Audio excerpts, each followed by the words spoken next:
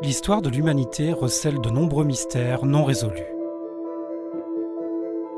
Ces mystères non résolus ont beaucoup fait parler d'eux. Pourtant, aujourd'hui, personne n'a trouvé de réponse. Voici une nouvelle histoire insolite et non résolue.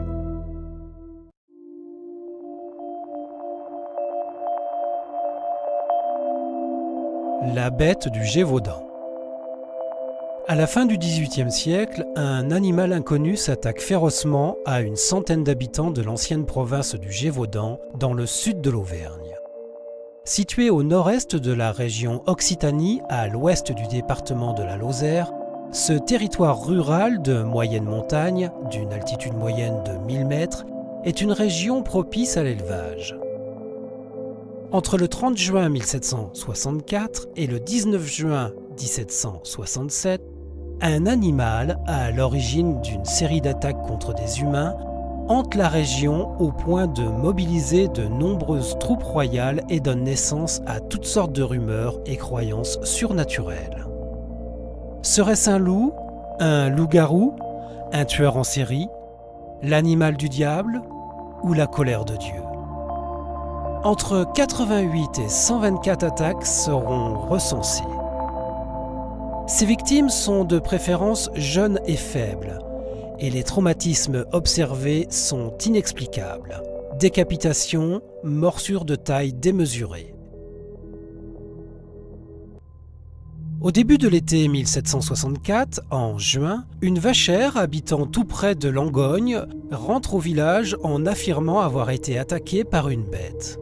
Elle s'en sortira indemne, sans autre mal que des habits déchirés, après avoir été défendue par ses bœufs. Le 30 juin, Jeanne Boulet, âgée de 14 ans, est tuée au village des Hubacs, près de Langogne, dans la paroisse de Saint-Étienne de Ludarès en Vivarais. C'est la première victime officielle de la bête. Une deuxième victime est rapportée le 8 août. Âgée de 14 ans, elle habitait au hameau de Maméjean, paroisse de Puylaurens. Les suivantes, dès la fin du mois d'août et au cours du mois de septembre, meurent autour et dans la forêt de Mercoire. Stationnant dans la région cette année-là, le régiment des troupes légères de Clermont-Prince fournit au capitaine Duhamel les soldats nécessaires à la traque de la bête. À partir du 15 septembre, Duhamel et ses troupes débutent la chasse et arment les paysans prêts à les aider. Habitués au loup, les habitants du Gévaudan sont sûrs que ce n'est pas un. Mais quel est donc cet animal féroce qui s'attaque aux hommes? Des témoignages font état d'une bête aux pattes griffues, aux flancs rouges et au dos noir, avec une grosse tête. On parle d'un animal de la taille d'un très gros loup, couleur de café brûlé un peu clair, ayant une barre un peu noire sur le dos, le ventre d'un blanc sale, la tête fort grosse et rebondie, une espèce de bourre qui forme une houppe sur la tête et à côté des oreilles. La queue couverte de poils comme celle d'un loup ordinaire, mais plus longue. Sans doute à cause de ces diverses chasses, la bête quitte rapidement cette zone et atteint les conflins de la Margeride et de l'Aubrac en octobre. Le 7 octobre, une jeune fille est tuée au village d'Apcher, paroisse de Prunières. Sa tête n'a été retrouvée que 8 jours plus tard. Le lendemain, un garçon vacher est attaqué à proximité de la Fage Montivernou. Ce même jour, la bête attaque un autre vacher entre Prince-Huéjol et le château de la Baume, propriété du comte de Peyre. Cependant, le jeune garçon se réfugie parmi ces vaches qui parviennent à repousser la bête. La battue qui est organisée le lendemain se solde par un échec.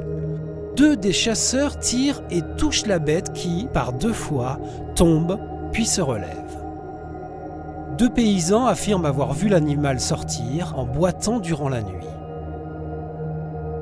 Ainsi, pour la première fois, la bête a été blessée. Le 2 novembre, le capitaine Duhamel et ses hommes quittent Langogne pour s'installer à Saint-Chély.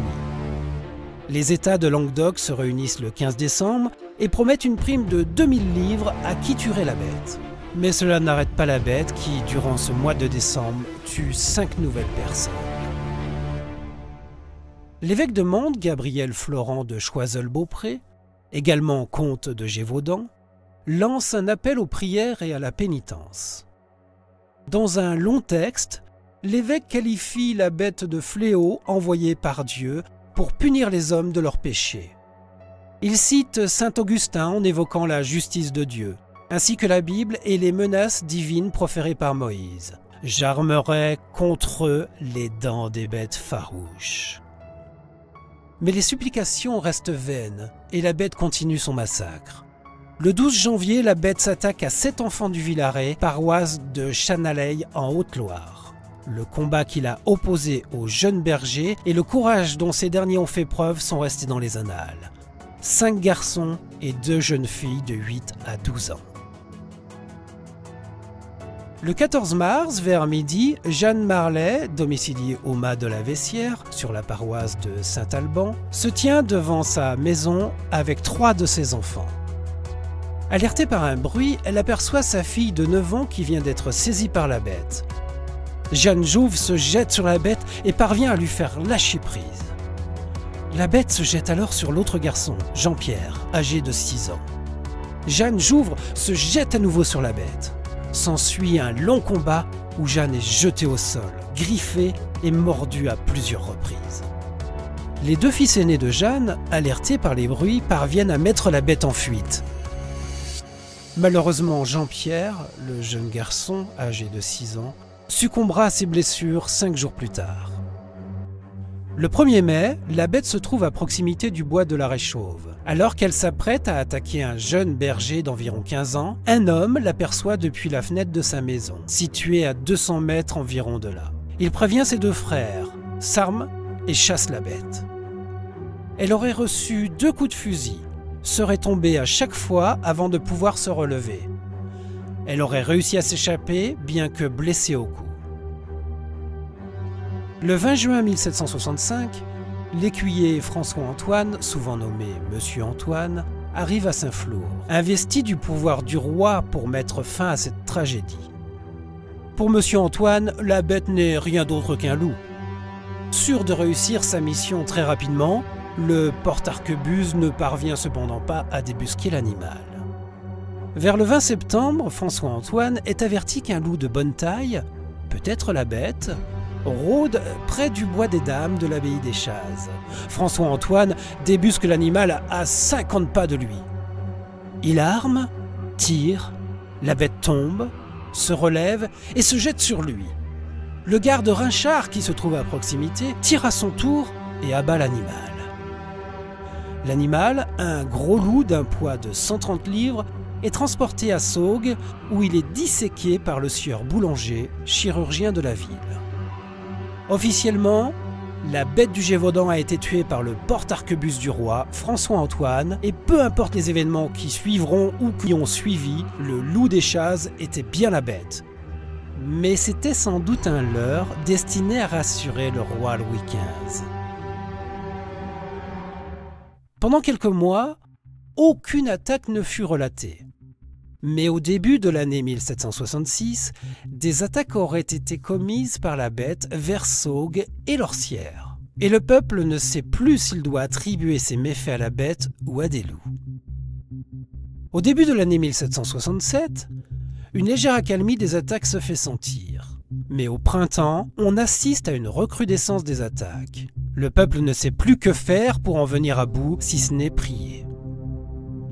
Le 18 juin, il est rapporté au marquis d'Apcher que la veille, la bête avait été vue dans les paroisses de Nozérolles et de Dège. Elle aurait tué, dans cette dernière paroisse, Jeanne Bastide, âgée de 19 ans, au village de l'Esbinière.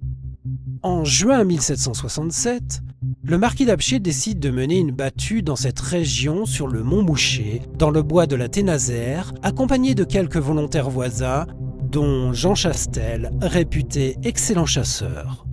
Le 19 juin, Jean Chastel, paysan originaire de la Bessères-Saint-Marie, charge son fusil d'une balle et de 5 chevrotines.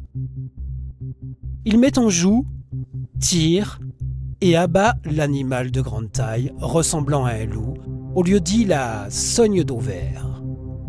L'animal tué par Chastel devait bien être la bête du Gévaudan, car après le meurtre de la seconde bête, les attaques ont toutes cessé.